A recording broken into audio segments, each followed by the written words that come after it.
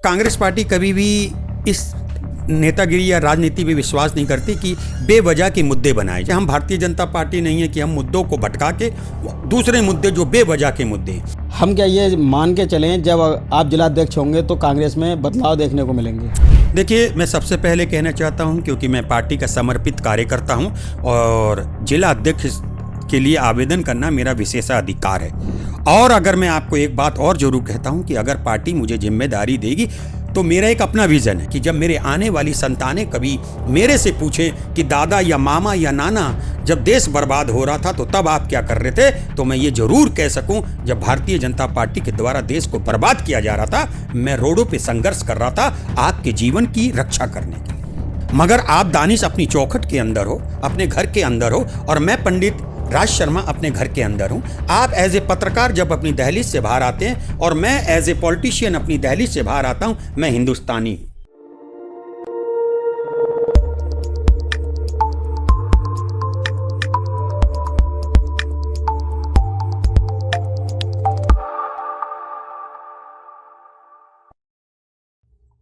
नमस्कार, आदाब, सत श्री अकाल। आप देख रहे हैं नापतोल न्यूज। इस वक्त हमारे साथ मौजूद हैं कांग्रेस पार्टी के प्रदेश प्रवक्ता राज शर्मा, जो कि किसी परिचय के मोहताज नहीं हैं और अपनी बात को दमदारी से रखने के लिए जाने जाते हैं। बेबाक तरीके से अपनी बात रखते हैं, कांग्रेस का पक्ष लगातार रखते आ रहे हैं। हमने उन्हें अपने स्टूडियो में बुलाया है और उनसे कुछ खास मुद्दों पर हम बात करेंगे। आपको बता दूं, राज शर्मा बरेली ज़िले के जिलाध्यक्ष पद के दावेदार भी हैं और दावेदारी जो कर रहे हैं वो किस बेस पर कर रहे हैं, इस पर भी हम चर्चा करेंगे। राहुल गांधी पर जो FIR हुई है उस पर भी चर्चा करेंगे और बात करते हैं राज शर्मा जी से। राज शर्मा जी, सबसे पहले जानना चाहेंगे, जिस तरह से कांग्रेस पार्टी बरेली के अंदर बिल्कुल निष्क्रिय सी नज़र आती है, ज़मीनी स्तर पर काम करती नज़र नहीं आती है, उस पर क्या कहेंगे? निष्क्रिय नहीं है वो, आपका ठीक है, आप जिस निगाहों से आप देख रहे हैं वो एक अलग बात है, लेकिन मैं इसे आपकी बात से इत्तेफाक नहीं रखूँगा कि ये निष्क्रिय है। हाँ, थोड़े से जहाँ पर होना चाहिए था वहाँ पर हम लोग नहीं खड़े हैं। ये बात भी सत्य है कि हमें अभी थोड़ी और मेहनत करने की ज़रूरत है।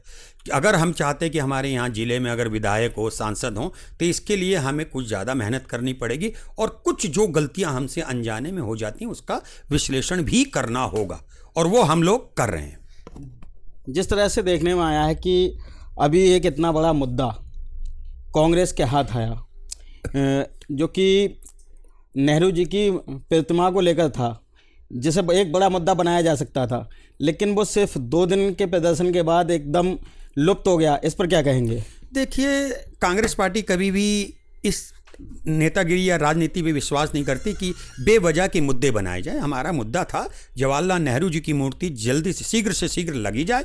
जब प्रशासन जो स्मार्ट सिटी के जो CEO हैं, नगर निगम के आयुक्त, वो मान गए कि भाई ठीक है हम लगाएंगे, तो मुझे तो नहीं लगता था कि किसी भी लोगों का, जनता का, जैसे हम भारतीय जनता पार्टी नहीं है कि हम मुद्दों को भटका के दूसरे मुद्दे जो बेवजह के मुद्दे, और मैं नहीं समझता था, मूर्ति का मुद्दा था, मूर्ति लग गई और फिर उसके आगे क्या करना चाहिए था? भाई अनशन का कोई मतलब भी नहीं। जिस तरह से आपने कहा कि कोई इतना बड़ा मुद्दा नहीं था, लेकिन मैं ये समझता हूँ कि भारत रत्न और भारत के प्रथम प्रधानमंत्री जवाहरलाल नेहरू की मूर्ति, जो कि एक कचरे के ढेर में पाई गई, उस पर कुछ आगे भी किया जा सकता था।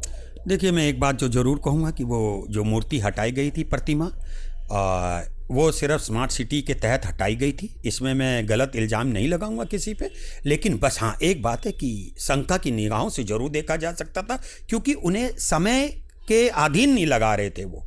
अब वो कचरे पे क्या, उस पर मुझे लगता है कि अब मूर्ति लग गई है और उस पर अब बेवजह बयान देना, मुझे लगता है कि अपनी संस्कृति के विपरीत जाना होगा। और मैं कांग्रेस पार्टी का प्रवक्ता हूं और मैं उस पूर्वज नेताओं का प्रतिनिधित्व कर रहा हूं, रिप्रेजेंटेटिव हूं, जिन्होंने देश की आज़ादी के लिए लड़ाई लड़ी। और आप देश की आज़ादी की लड़ाई और जनता की भलाई के लिए जो आने वाली हमारी जनरेशन है उनके भविष्य की लड़ाई तब लड़ सकते हैं जब आप नेक दिल हों और बेवजह के मुद्दों की बात ना करके जो मूल मुद्दे हैं हमारी, जिनसे मेरा देश एक विश्व गुरु बन सकता है, हम उन मुद्दों की बात करें तो मुझे लगता है ज़्यादा बेहतर होगा। जिस तरह से राज शर्मा जी आपने दावेदारी की है जिलाध्यक्ष पद के लिए, तो हम क्या ये मान के चलें जब आप जिलाध्यक्ष होंगे तो कांग्रेस में बदलाव देखने को मिलेंगे? देखिए, मैं सबसे पहले कहना चाहता हूं क्योंकि मैं पार्टी का समर्पित कार्यकर्ता हूं और जिला अध्यक्ष के लिए आवेदन करना मेरा विशेषाधिकार है। और अगर मैं आपको एक बात और जरूर कहता हूं कि अगर पार्टी मुझे जिम्मेदारी देगी तो मेरा एक अपना विज़न है, हर व्यक्ति का अपना विज़न है। मैं ये नहीं कहूँगा कि पूर्व के अध्यक्षों ने कुछ नहीं किया, उन्होंने भी, पूर्व के सारे अध्यक्ष, क्योंकि ये कंटिन्यू प्रोसेस है चलने का, मगर हर व्यक्ति का vision person to person depend करता है। मेरा विज़न अलग टाइप का है। मैं चाहता हूँ, मुझे पता है और मुझे लगता है कि आज ये कहने का समय नहीं है, और अगर किस्मत से और बाय लक अगर मुझे जिला अध्यक्ष का पद मिलता है तो निश्चित रूप से मैं इस बात का तो दावा करता हूं कि मैं पार्टी को उस मुकाम पे पहुंचाऊंगा जो मुकाम हमारा 25-30 साल 35 साल से खोया हुआ है, क्योंकि हमारी एक पार्टी के प्रति आस्था है।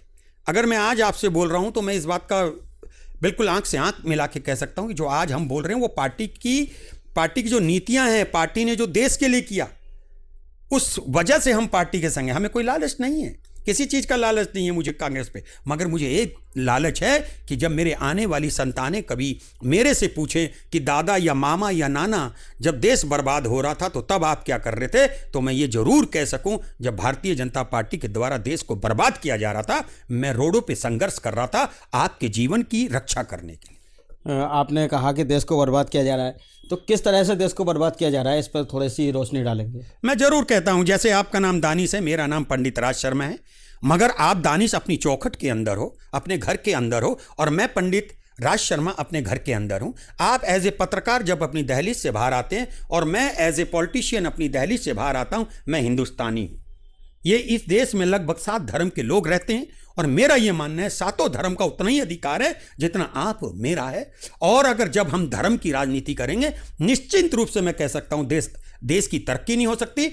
उसका उदाहरण मैं दे सकता हूं, चाहे आप हो या मैं हूं। अगर मैं 10 घंटे, मैं अपने घर का सबसे बड़ा हूं, मेरे 2 बच्चे हैं, अगर मैं ही 10 घंटे पूजा करूंगा तो मेरा घर तरक्की नहीं करेगा। आप ही मस्जिद पे 10 घंटे बैठे रहेंगे, मुझे नहीं लगता आपका घर भी तरक्की कर पाएगा। एक समय है, और हमें बार बार धर्म को कह के एक दूसरे के प्रति देश भावना नहीं होनी चाहिए। आज अगर आपको चोट लग जाए तो क्या मैं हिंदू का आप ब्लड लेने से चूकोगे? अगर मुझे चोट लग जाए तो दानिश, मैं ये इसलिए ब्लड आपका नहीं लूंगा कि दानिश हो, ये कोई नहीं देखता। इसलिए जो हमारे देश ने, जो आज़ादी के समय हमारे पूर्वजों ने सिखाया, हमारे दादाओं ने, परदादाओं ने जो सिखाया कि अगर देश की तरक्की होनी है तो धर्म को धर्म के स्थान पर रखना है, बाकी हमें नौनिहालों के बारे में सोचते हैं। शिक्षा को लेकर आपके क्या विचार हैं? जिस तरह से शिक्षा एक तरह से पीछे चली गई है, धर्म आगे आ गया है आज की राजनीति में, इस पर क्या कहेंगे? ये मेरे देश की विडंबना है। सबसे बड़ी बात कहना चाहूँगा, मैं सोचता हूँ कि आज 3 चीज़ों से हम लोगों को मुक्ति होनी चाहिए। पहली, हमें ये चिंता नहीं होनी चाहिए कि अगर मैं बीमार पड़ जाऊँगा तो मेरे इलाज में कितना पैसा खर्च होगा। स्वास्थ्य सुविधाएं बिल्कुल फ्री कर देनी चाहिए। और दूसरी, शिक्षा। आज आप कितना पढ़ जाइए, आप इंटर के बाद आपको सोचना होगा, पिताजी, पहले एक व्यक्ति लोन लेता है अपने घर के लिए, फिर जब उसका बच्चा 12वीं पास कर लेता है वो एजुकेशन लोन लेता है और पढ़ नहीं पाता है सही से, और पढ़कर भी आता है, वो पढ़कर भी आता तो उसके हिसाब से नौकरी नहीं लगती। ये बीजेपी का चरित्र है। और तीसरा, मैं ये कहता हूँ, कोई भी चीज़, मैं अक्सर कहता हूँ, हमें ये फ्री की चीज़ें नहीं देनी चाहिए, एक व्यक्ति को रोजगार देना चाहिए। जब आप रोजगार दे दे तो हर घर पे एक रोजगार दे दीजिए, और कानून बनाइए कि अगर घर पे 5 भाइयों में 5 भाई 3 बहनों में एक को रोजगार दे दिया, बाकी जो रोजगार लगते हुए उसकी जिम्मेदारी उससे हटाती जाइए, और जो बेरोजगार है उसको खाने का मुहैया कराना, उस रोजगार भाई या बहन के उस पर जाए जो नौकरी दी गई है। तो मैं ये मानता हूँ कि जब शिक्षा और स्वास्थ्य अच्छी तरह मिलने लगेगा, हम निश्चिंत हो जाएंगे। तो मैं बता दूं, बीमारियां भी नहीं होंगी। आज हम टेंशन पे रहते हैं, अगर आदमी को 2-3 बार खांसी आ जाए तो वो डरता है कि मैं किसी हॉस्पिटल में जाऊंगा तो मेरा क्या होगा। तो मैं समझता हूँ शिक्षा का सबसे बड़ा योगदान है देश में। अगर शिक्षा ही एक ऐसा मात्र साधन है जो आपको गरीब के बच्चे को एक अमीर बना सकता है, गरीब के बच्चे को छोटी सोच के इंसान को बड़ी सोच का इंसान बना सकता है, तो मैं सोचता हूँ इस सृष्टि में जो स्थान शिक्षा का है वो शायद किसी चीज़ का नहीं होना चाहिए। गृह मंत्री अमित शाह ने एक बयान दिया था बाबा साहब अम्बेडकर को लेकर, उस पर कांग्रेस ने लगातार प्रदर्शन किया। तो बीजेपी और बीएसपी ने एक आरोप लगाया कि आज कांग्रेस संविधान को लेकर और बाबा साहब को लेकर लगातार प्रदर्शन कर रही है, लेकिन एक समय था कि कांग्रेस ने ही बाबा साहब को संविधान सभा में जाने से रोका, उनके हराने की साजिश रची। इस पर क्या कहेंगे? देखिए, ये सब इनकी बातें, ये बेकार की बातें हैं। सपा हो, बीएसपी हो, इनका कोई, इन पार्टियों का कोई करैक्टर नहीं है, इनका कोई आत्मसम्मान नहीं है। ये आज कुछ बोलते हैं, कल कुछ करते हैं। और मैं एक और बात कहूँगा, इसलिए नहीं कहूँगा कि मैं कांग्रेस का प्रवक्ता हूँ, लेकिन मैं आज गर्व करता हूँ कि मैं उस कांग्रेस पार्टी का प्रवक्ता हूं जिस पार्टी की नेतृत्व राहुल गांधी जी, प्रियंका गांधी जी, खड़गे साहब कर रहे हैं, जो संविधान पे विश्वास रखते हैं। और आप हो या मैं हो, कोई भी व्यक्ति हो, राह चलता इंसान हो, अगर संविधान पे विश्वास रखता है तो अंबेडकर साहब पे विश्वास रखता है। जो अंबेडकर साहब पे विश्वास करता है वो संविधान पे विश्वास करता है। और ये लोग शायद भूल जाते हैं, ये लोग अभी बेसिकली ये लालच वर्ष आए हैं, इनको लालच हुआ। ये कांग्रेस से ही अपने आप गए या निकाले गए नेता हैं जिन्होंने ये पार्टी बनाई। मैं बिल्कुल ब्लंडर कहता हूँ और ब्लंटली कहना पसंद करता हूँ, क्योंकि मुझे अपनी आत्मसम्मान की रक्षा करनी है, मुझे अपने स्वाभिमान, अपने देश की रक्षा करनी है। कांग्रेस एक ऐसी है जिन्होंने पहली बार कानून मंत्री अगर बनाया था तो अंबेडकर साहब को बनाया था, और कानून लिखते वक्त भी अंबेडकर साहब को जिम्मेदारी दी थी। तो मैं नहीं समझता कि इन बातों पे किसी को गौर देने की। और मैं आपके चैनल के माध्यम से कहना चाहता हूं, जो आज के बच्चे जो सुन रहे हैं वो किसी पार्टी में ना ध्यान दें, वो ध्यान दें, अच्छा उन्हें शिक्षा लें। और एक अगर जीवन में कभी पॉलिटिशियन बने तो बुराई भलाई की पॉलिटिशियन नहीं होनी चाहिए। आपको भी पता होगा जितना गंदापन, जितना भद्दापन 2014 से भारतीय जनता पार्टी के आने के बाद हुआ, कभी नहीं हुआ। मैं बहुत पहले से नेतागिरी में हूं, लोग इज्जत करते थे, लोग सम्मान करते थे। अब मैंने देखा, अभी मैं किसी टीवी में बोल रहा था तो वो बोल रहे थे एफआईआर कर दो। ये नहीं होती। भाई भाई का झगड़ा होगा तो क्या, मेरा मानना है अगर भाई भाई का झगड़ा है तो वो घर के अंदर ही निपटे, पुलिस थाने में ना निपटे। तो ये जो 2014 से विपक्ष के नेताओं पे एफआईआर करने की जो परिपाटी डाली जा रही है, ये इस देश को पाकिस्तान की राजनीति की तरह बनाया जा रहा है, जो कि मेरे देश के आने वालों के लिए, हमारा तो जीवन जो पास होना था हो ही रहा है, आने वाले नौनियालों के लिए अच्छा नहीं। जिस तरह से आपने एफआईआर की परिपाटी की बात कही, तो क्या कांग्रेस अगर सत्ता में आती है तो इस तरह से हमें आगे भी एफआईआर देखने को मिलेंगी? ये भविष्य की कोख में ऐसा क्वेश्चन है जिसका आज मैं आंसर दूंगा तो वो आंसर गलत भी हो सकता है। हम लोग भेदभाव की, देश भावना की राजनीति पे विश्वास नहीं करते। आप इसकी जो भी चीज़ देखनी है बारीक से, वो मेरे कांग्रेस पार्टी के नेता जननायक राहुल गांधी जी पे आप देख सकते हैं, वो किस तरह की नेतागिरी करते हैं। वो उनके 4 सांसद कम आ जाएं उन्हें ये बर्दाश्त है, लेकिन वो देश के लिए कोई गलत काम नहीं कर सकते। और एक उनकी क्वालिटी है, जब वो बोलते हैं वो होता है। यानी कि राज शर्मा ये मान रहे हैं कि आगे जो भविष्य में एफआईआर करवाई भी जा सकती है और नहीं भी करवाई जा सकती। राज शर्मा का स्पष्ट कहना है कि आगे क्या होने वाला है इस पर मैं नहीं बोलूँगा, और सीधे सीधे कांग्रेस का बचाव कर रहे हैं। नहीं, मैं इस पे नहीं जाता कि एफआईआर हो भी सकती है, नहीं हो सकती। जब मैंने एक बार कह दिया कि ये परिपाटी गलत डाल रहे हैं तो मैं उस गलती को रिपीट नहीं कर सकता। हमें देखिए, विपक्ष होना चाहिए ना भाई। आज क्या गलत काम हो रहा कि विपक्ष, आज हमारे पास 100 सीटें हैं, बीजेपी के लोग कहते हैं 100 सीटें आपको जनता ने नकारा। अरे जनता ने 2014 से पहले तो हमें स्वीकारा। हो सकता है हमारी नीतियां हमारे जनता को नहीं पसंद आने वाली होगी। अभी हमारे 44 एमपी थे, अब 100 हैं, अब 300 हो जाएंगे। और निश्चिंत रूप कि अब भारतीय जनता पार्टी जितने चरम पे पहुंचना था वो पहुंच चुकी। और ग्राफ का एक सिद्धांत है, ऊपर जाता है फिर पैरेलल चलता है, फिर नीचे कोई आता है, और अब इनका नीचे आने को देखिए। जिस तरह से अभी आपने कहा समाजवादी पार्टी या फिर बीएसपी को लेकर आपने कहा कि इनकी कथनी और करनी में फ़र्क है, लेकिन इंडिया अलायंस में समाजवादी पार्टी आपके साथ है।